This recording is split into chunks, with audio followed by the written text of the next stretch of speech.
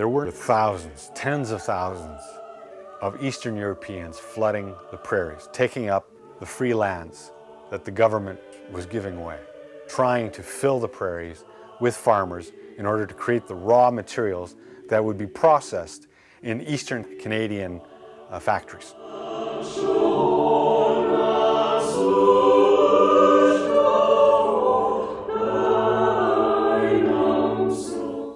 Many of the pioneers coming over here didn't have clergy to accompany them.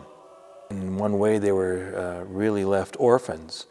Bishop Langevin from Manitoba in Winnipeg at the time was in spiritual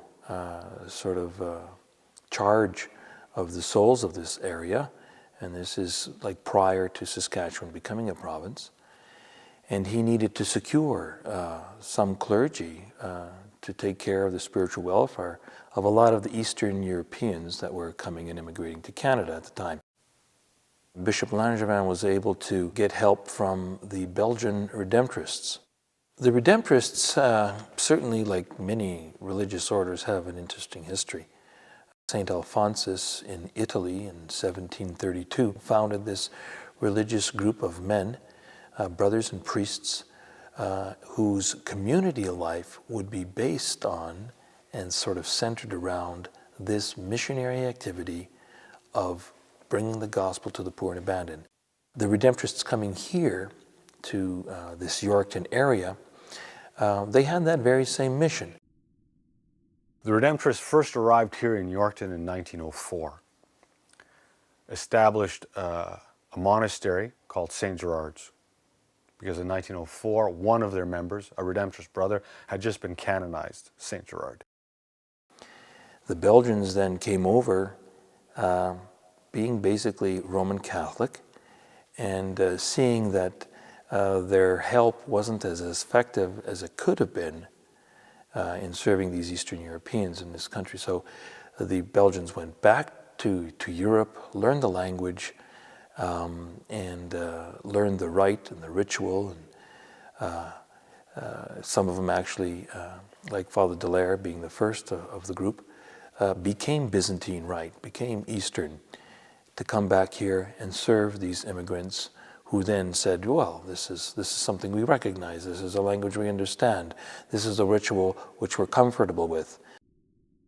Prior to 1910, there were hardly any Ukrainians living in Yorkton itself. Most of them were living in colonies around Yorkton. As people started to drift into town looking for work, more and more Ukrainian families started to move into town, and there was a necessity to set up a separate parish organization. In 1910, they established a new parish inside the Church of St. Gerard's, dedicated to the Ukrainians. As it continued to grow, there was a need to divide up the monastery, which was also now over full, with people working with Roman Catholic and other people working with Eastern Catholics. So they divided up the monastery, and a second monastery was built here in Yorkton, and it became St. Mary's Monastery. And the monastery built a monastery church, St. Mary's Church.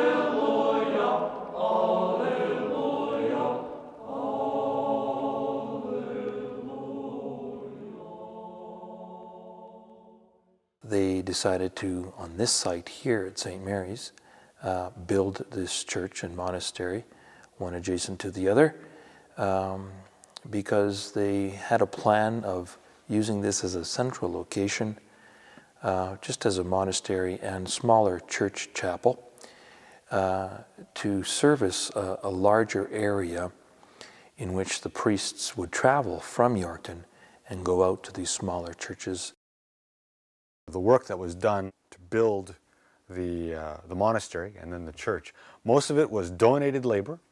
The Redemptorists themselves, the priests and brothers, did the digging of the foundations, to swing a hammer, to carry the 2x4s. It was heavy work, and part of the work of the Redemptorists is to go into different parts of the world and to put the basis of a religious community in place. The plans for the monastery have been set down in the history of this particular religious congregation since the 18th century. There must be enough room for so many men, usually 12 priests, usually 6 brothers, or 18 men. There must be a library, there must be a refectory or a place to eat, there must be a kitchen, various rooms for work, a tailor room, and so on. So since the 18th century, all of these things are pretty well set down. And very often what they will do is they will take the architectural plans from one monastery and bring them and copy them and modify them using the local materials. In this case, the local materials was the special clay that you will see, the golden bricks that were made on site. There were a number of other Ukrainian Catholic churches all around, long before St. Mary's was built. The earliest churches for the Eastern Catholic community were built in the 1890s. So we're looking at a full generation later that Yorkton gets its own parish church. And the architecture of the church reflects that fact. It is built in stone, it is built in brick, there is metal, there's stained glass windows, there's a lot of art. This is not a pioneer church. If you compare this church with the architecture and the art available in the first churches of the Ukrainian Catholic community, as well as the Ukrainian Orthodox community, those churches were built in wood.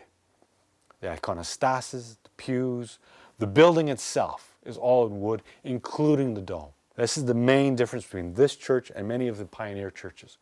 But because it reflects the fact that it's after people have come to Canada, have already spent almost a generation on the farms, and are now moving into the towns, and we're developing a different kind of Ukrainian settler. These are people who are more established.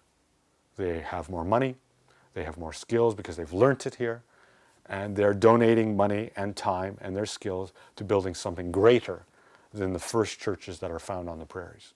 It was quite a statement, I think, both spiritually and even economically, to say that we really value this church, this building, what it stands for, our spirituality, by giving it the very best that we can. And using European technology and understanding and wisdom, the Redemptorists, the Belgians, built quite a fine and sound structure here, the church and the monastery together. It is a monastery chapel, being that it wasn't built very large to, house hundreds of people. The intention was to serve as a chapel for the monastery monks that were there.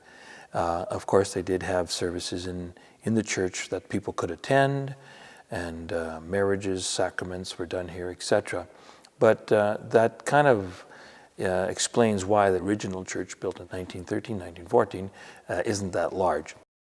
The building of St. Mary's is unusual in that it unites a number of national, linguistic, and religious traditions.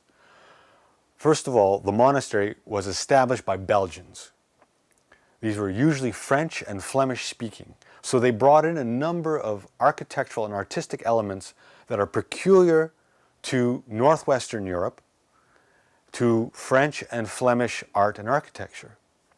But they were trying to establish a building that would answer the hopes, the needs, and the desires of the Eastern European settlers. For example, the dome. Even though it's not a pure onion dome, as is seen in many Russian or Orthodox churches, it is a dome, and many Eastern Europeans prefer having a dome to symbolize that this is a church.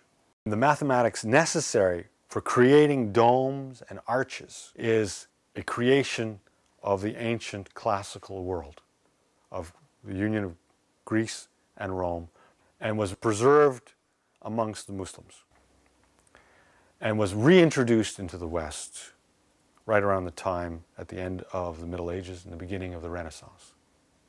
It had been preserved in the East and had been much more developed by Eastern Christians in the construction of their own churches. In the older photos, you can see a baldachin. A baldachin is a canopy which shelters the altar and mimics the dome. It's usually made of a rich fabric such as silk and takes its name from Baghdad, where such cloth was made. This baldachin was made of wood by the Redemptorists, and electric lights were added for greater effect. Unfortunately, wood and electricity don't usually mix. It was unsafe and it was removed, partly because it was seen as a Roman Catholic innovation. However, it actually comes from the Middle East.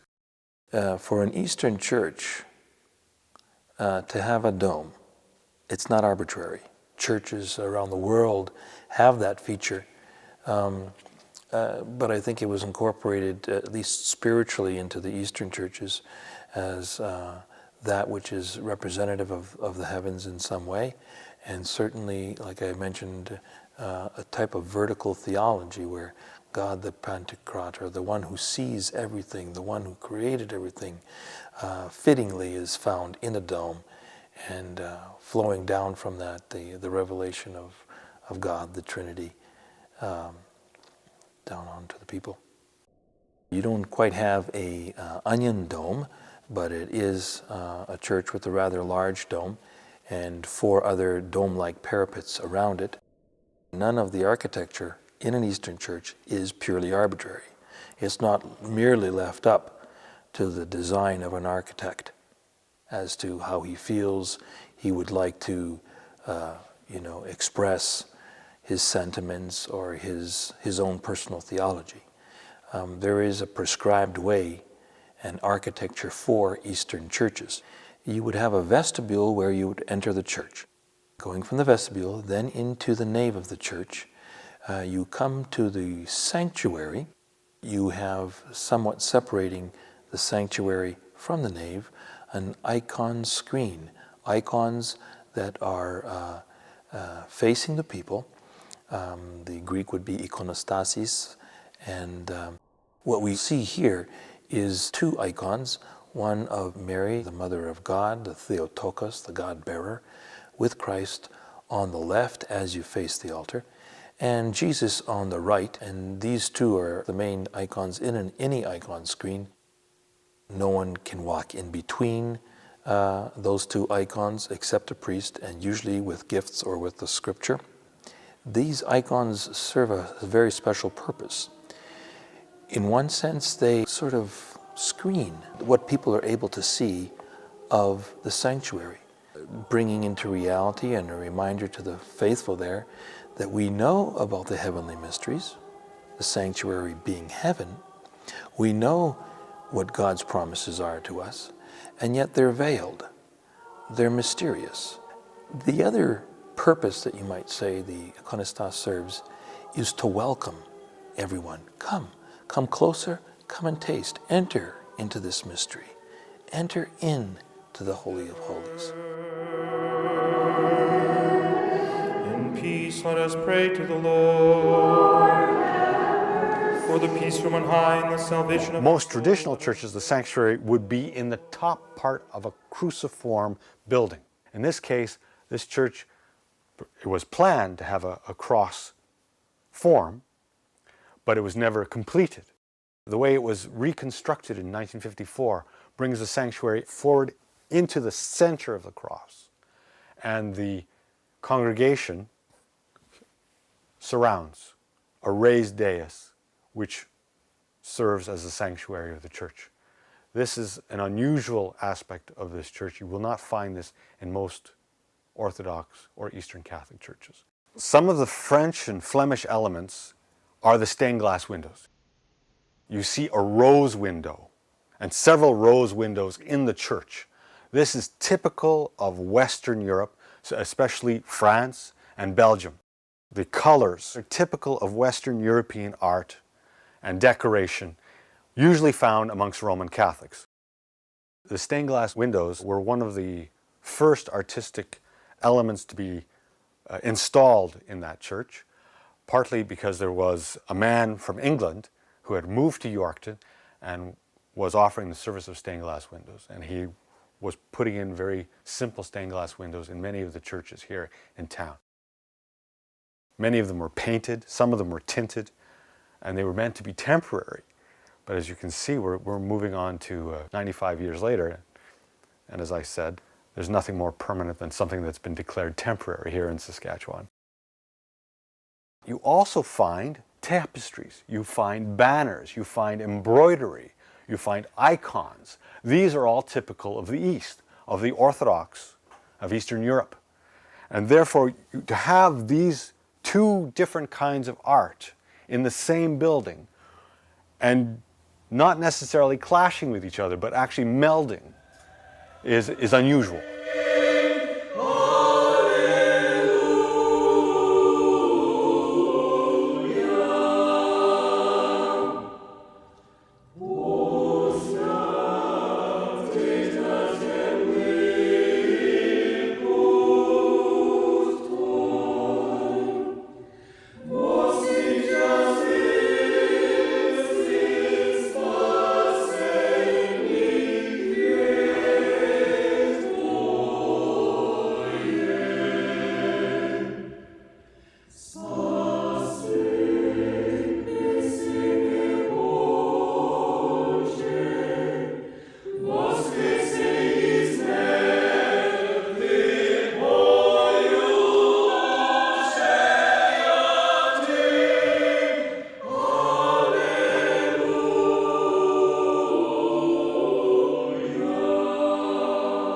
St. Mary's Building, also called Our Mother of Perpetual Help, is the mother house for all of the Eastern Rite Redemptorist monasteries in North America.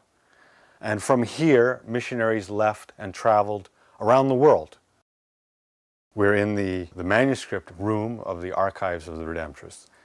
Right now, this particular aisle includes the provincial correspondence as well as the publications since the establishment of Redeemer's Voice Press in 1922. Redeemer's Voice Press was established to continue the preaching of the priests so that if they could not reach someone, they could leave religious literature behind. We printed here a monthly magazine for the general public, and we printed a religious quarterly for the clergy of the Ukrainian Catholic Church. It's distributed every place in the world where the Ukrainian settlements were. And then when I started in 1948, I was a printer for 10 years, and then I was manager for 35, and now I'm an assistant archivist. When I'm working in the archives on documents and photographs, I'm reliving my life from childhood to current. The dome up to 1939 was left blank. In 1939, Stefan Meus was a relatively young artist who had arrived in Canada, fleeing Europe. He had studied in Lviv, had become an artist and architect. He had moved into Western Europe, escaping into Italy, and studied in Rome. And from Rome, he immigrated to Canada. In 1939, he came here to Yorkton on a contract to begin the painting. And day after day, he would come in, first planning, drawing the mathematical drawings to create all the perspectives. And there are a number of templates that he used for the duplication of angels, the archangels, around the dome, the base of the dome. But as he got closer and closer to the actual top of the dome, he had to build the scaffolding very close and to lie down on his back, just like Michelangelo, painting upside down until 1942. In the dome, what you would normally have depicted is either the saint to which the church is dedicated, and in this case we have a painting of the coronation of the Mother of God, of the Blessed Virgin Mary when she's in heaven and being crowned Queen of heaven and earth by Christ, her Son. The Trinity present there, and many, many different angels and heavenly bodies. He painted that woman with wings on, and that was his mother, his wife.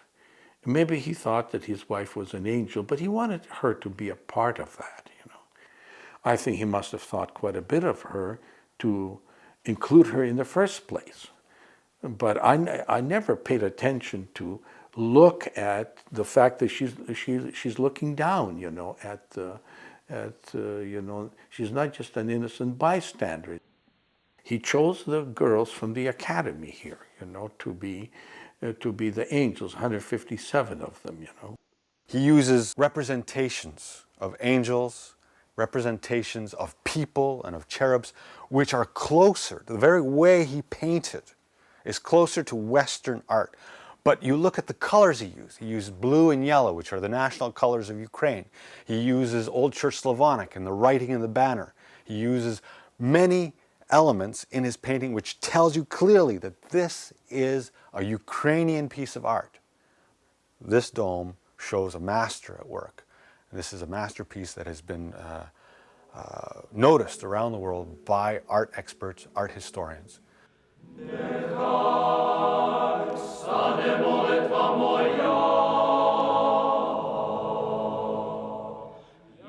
The windows are fairly large on the barrel of the dome. Again, that was probably an architect's idea of allowing a bountiful amount of light in the church. Unfortunately, what you'll see painted here today is a renovated church. In 1954, the long east wing was added to accommodate more people. This tabernacle here is a model of the first church. It's a miniature model of the first church. You know? When I was here in 1948, we students from the college and from the academy had to go early in the morning for the Divine Liturgy. We couldn't go for the so-called sung High Mass or Divine Liturgy because there was no room. You could see that in due time it would be too small.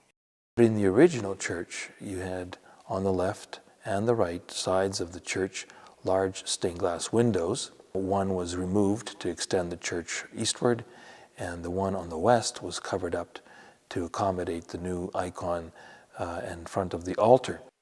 If you will, the architecture, although it was adapted to be across in a different way, at a 90-degree angle from where it was originally built, I think there's a diminishment in the beauty of the original structure, where it was filled with light, natural light, lots of windows, both in the barrel of the dome and from the east and the west.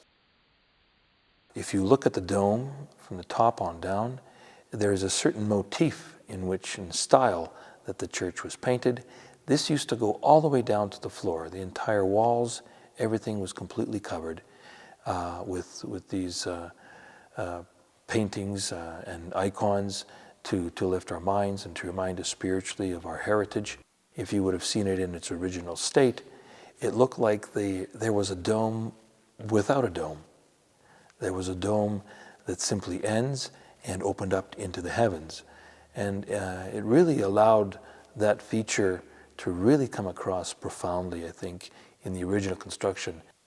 As time goes on, I don't know that all of the adaptations and the technological developments that we've enjoyed over the decades have been implemented in this building. And so now, even in this day and age, we have a structure that may be protected by the grandfather clause, still has no vapor barrier. It has no insulation in it. And you can well imagine that because of that, the energy and the utility costs are rather high. We're trying to stay abreast of that as best we can. We're replacing windows, triple pane, UV protected, etc., storm windows. It's not only maintenance, but bringing everything up to standard code. Would take a lot of money. See, the big thing today is to save the dome. You know, that People will tell you that from the 40s and 50s that the dome isn't as bright as it used to be, you know, because there's bound to be dust that goes up into it. Singing, crying, exclaiming, and sing the triumphal hymn.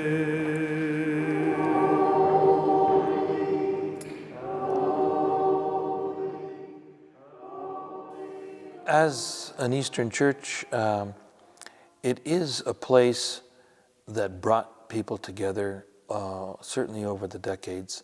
This was the place to come together with people.